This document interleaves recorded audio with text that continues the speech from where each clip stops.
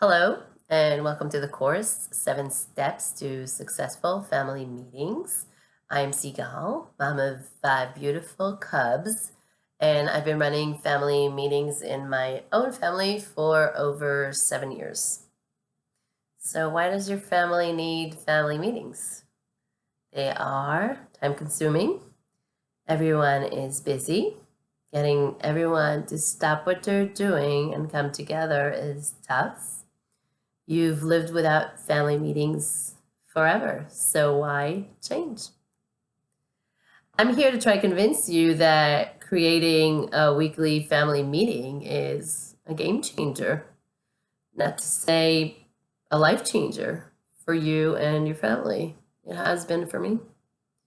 Allow me to present my case. If you've ever worked in the corporate world, you know that most companies run company weekly meetings where all the employees touch base regarding how their projects are going, what goals they've achieved in the week that passed, and what goals they aim to achieve in the upcoming week.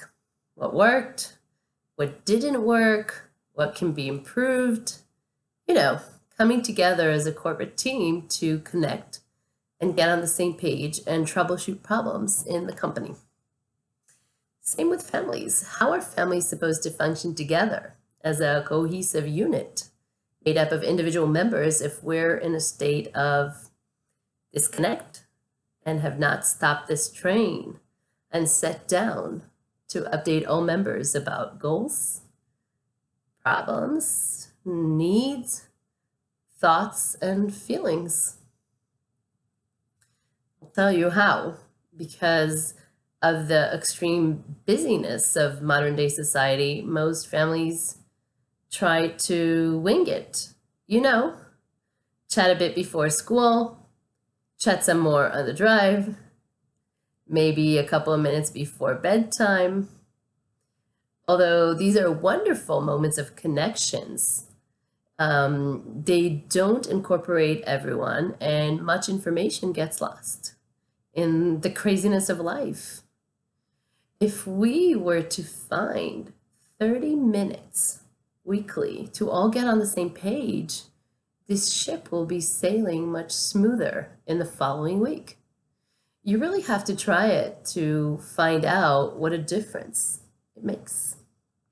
So now that we've established that there's a need for everyone to stop what they're doing and come together for a company meeting, let's discuss problem solving. How do most of us often solve family problems? I'll tell you how we used to do it. Everyone is so busy, so if a member brings up a problem, we discuss it very briefly, and then life happens, and we kind of hope it goes away. Because life craziness, right? But wouldn't you agree that sitting down to discuss a problem properly with all family members brainstorming ideas and solutions and fine-tuning those solutions over several weeks until the problem is solved is more effective? Let's talk about building relationships. Everything in our family begins and ends with relationships. Those can be fostered by the little interactions of everyday life, but just imagine how much stronger those relationships are when we come together as a team. And we do the emotional labor or discussing our life as a family, working out problems in sibling relations or parent-child relations. I could tell you that the benefits of such group emotional work are felt for months after the meeting is over. It's like someone oiled up this machine called family, and it runs so much smoother. All right, so I am continuing to make my case for family meetings. So let's talk about making decisions by consensus. Another reason to hold family meetings is that decisions regarding changes in family logistics or finances are made by consensus, as opposed to the parents making the decision and it trickling down to the kids, and then they must obey, right?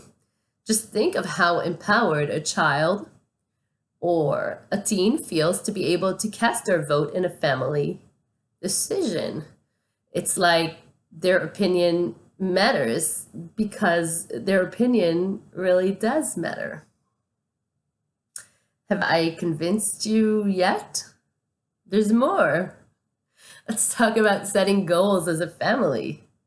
Many of us living in the Western world are very good about setting goals, right? I mean, after all, we're a goal-oriented society. We know how to set personal goals. But do we ever stop to set family goals? Some examples of family goals are to provide financial resources to achieve each family member's personal goals, to maintain good health for all family members, to maintain a home of which we are all proud. Now, these can be broken down into mini goals, like this week we aim for all family members to get their workouts and fitness in 5 days a week. Or, this week we aim as a family to cut down our grocery bill by $50. Setting goals as a family unites us into a cohesive unit, a team, which works together to make us all happier and more fulfilled this week. I have more goodies for you if you decide to run weekly family meetings. Let's talk about instilling values in our children, like honesty, balance, caring, generosity, health, or learning. When do I have time in my week to instill those values in my kids? Honestly, pretty rarely. It's not that it's not important, it's just that life is so hectic that I just don't get to it. Through our conversations in the family meetings, we get to reinforce our family values. I can remind us all that our family does not accept lying in any shape or form, and we will always handle the truth no matter how painful or uncomfortable it is. Or I can remind us that we aim to remain within the circle of kindness, as we like to call it. And if anyone chooses to diverge from it, we will help him or her get back to giving from the heart and practicing full acceptance of the other family members. These values are interweaved so naturally into the family meeting discussions that it doesn't feel like preaching or nagging, but rather empowering and transformative for us all. There are so many reasons to hold family meetings, but to me, here's the most important one: strengthening the attachment relationships between all of us. If you've read Dr. Gordon Neufeld's book, Hold On to Your Kids, then you're already familiar with how important children's relationship is to those responsible for them, and the devastating impact in today's society of competing attachments when children transfer their attachment from their parents to their peers.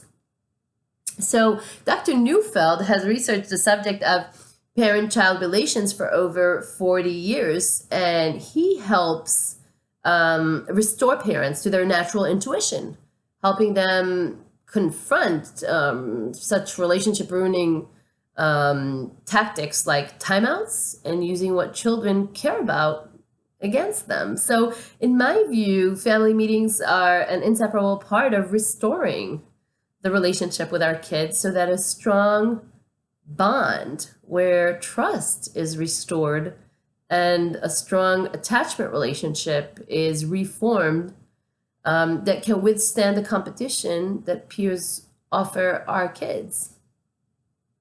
Thank you for allowing me to present my case.